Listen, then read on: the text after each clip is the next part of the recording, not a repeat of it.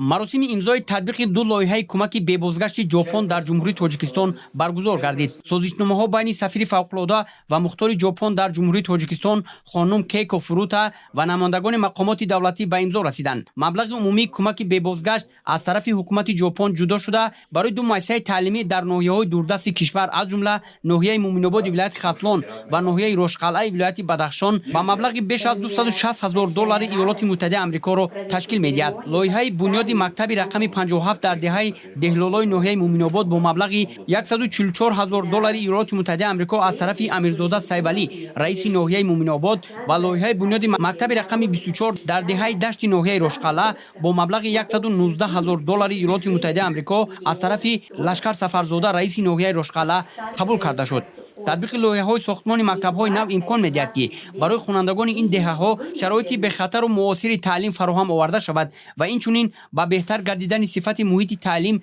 در محله‌های اهالیشین دوردست کشور سهم نظر است گذارد. در رفت سخنرانی سفیر فوق‌العاده و مختار یاپونیا در جمهوری تاجیکستان خانم فروتا کیکا قید کرد که حکومت ژاپن پیشبرد سمت‌های افزایش‌یابی همکاری با تاجیکستان را که در ملاقات سطح عالی میان ژاپن و تاجیکستان در حوزه نخستین سمیت مکالمه آسیای مرکزی جمع ژاپن در توکیو ماه دکبر سال گذشته موافقه شدن فعالانه ادامه می‌دهد. در سخنرانی همزمان قید کرده شد که ژاپن همچون شریک خوب تاجیکستان در طول زیاده از 30 سال از زمان تأسیس یابی مناسبت‌های دیپلماتی با مردم تاجیک در ساحه‌های گوناگون کمک می‌رساند. در فرجام اظهار امید کرده شد که لایحه‌های مذکور با موفقیت عملی گردیده با بهتر شدن صفت زندگی ساکنان محلی مساعدت خواهد کرد.